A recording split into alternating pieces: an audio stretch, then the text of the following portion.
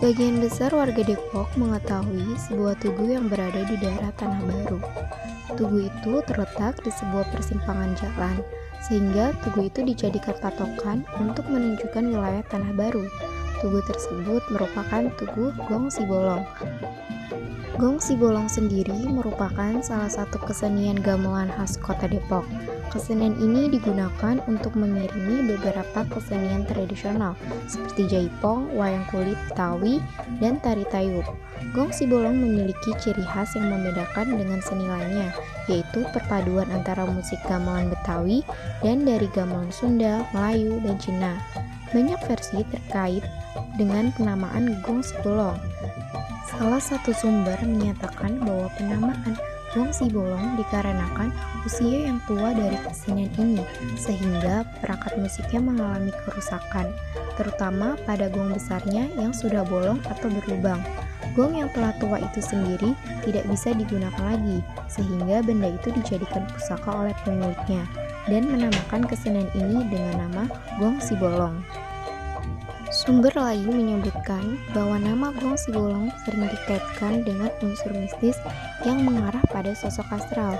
Sosok astral ini dianggap mampu mengabulkan permohonan atau permintaan seseorang.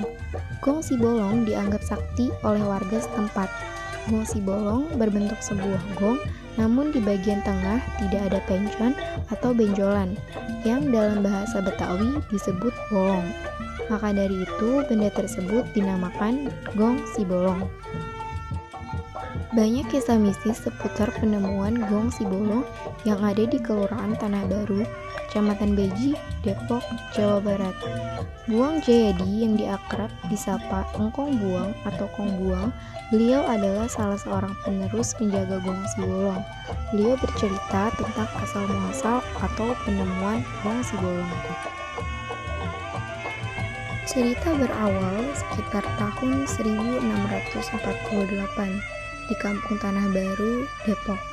Masyarakat sering sekali mendengar suara gamelan yang berbunyi di tengah malam. Namun, ketika dicari atau ditelusuri asal suara itu, tak satu pun orang yang dapat menemukannya. Pada suatu malam, di area persawahan yang diairi air terjun di Sungai Krukut, Kampung Curug, Tanah Baru, kembali terdengar suara gamelan. Seorang tokoh agama setempat yang bernama Jimin kemudian melakukan penelusuran. Jimin mendapati seperangkat gamelan yang tertimbun di dalam tanah dengan susunan yang rapi. Karena merasa takjub dengan seperangkat alat musik tersebut, ia membawa pulang ke rumahnya. Jimin hanya bisa dan berani membawa pulang gamelan yang terdiri atas gong dan gendang yang kemudian diberi nama Sigerdek dan Bende. Karena masih ada yang tersisa, Jimin kembali lagi ke tempat itu bersama beberapa temannya dengan membawa gerobak untuk mengambil sisa perangkat gamelan. Namun setelah sampai di sana, perangkat gamelan yang lainnya sudah tidak ada. Sepeninggal Jimin, alat musik itu berpindah ke tangan Anim, selaku generasi kedua yang kemudian menyebut alat musik tersebut dengan nama Gong Sibolong. Begitulah silsilah keluarga ini menurunkan kreativitas dalam menjaga dan memainkan gong, gamelan, kendang, dan ketipung itu. Tongkat estafet pengurusan Gong Sibolong ini terus berlanjut dimulai dengan Pak Jimin, setelah itu Pak Anim, diteruskan ke Pak Jerah, lalu pindah ke anaknya Saning. Sepeninggal Saning, perawatan beralih ke Nenek Asem, lalu pindah ke Pak Iyot, pindah ke Haji Baharudin, kemudian ke Pak Kamsa Atmaja.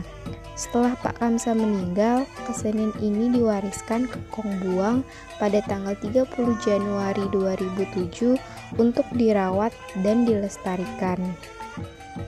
Didorong oleh tanggung jawab pribadi itulah, Engkong Buang terdorong untuk menekuni alat musik khas Depok ini, yaitu sejak tahun 1952 ketika masih duduk di bangku sekolah rakyat atau sekolah dasar. Kong Buang mengatakan kesenian Gong Sibolong memerlukan setidaknya 13 orang setiap kali pentas. Biasanya selain menampilkan tarian jaipong, kesenian Gong Sibolong juga bisa dipadu dengan wayang kulit, wayang Betawi, ataupun wayang golek. Hal itu dilakukan sesuai tema penampilan agar penonton tidak merasa bosan.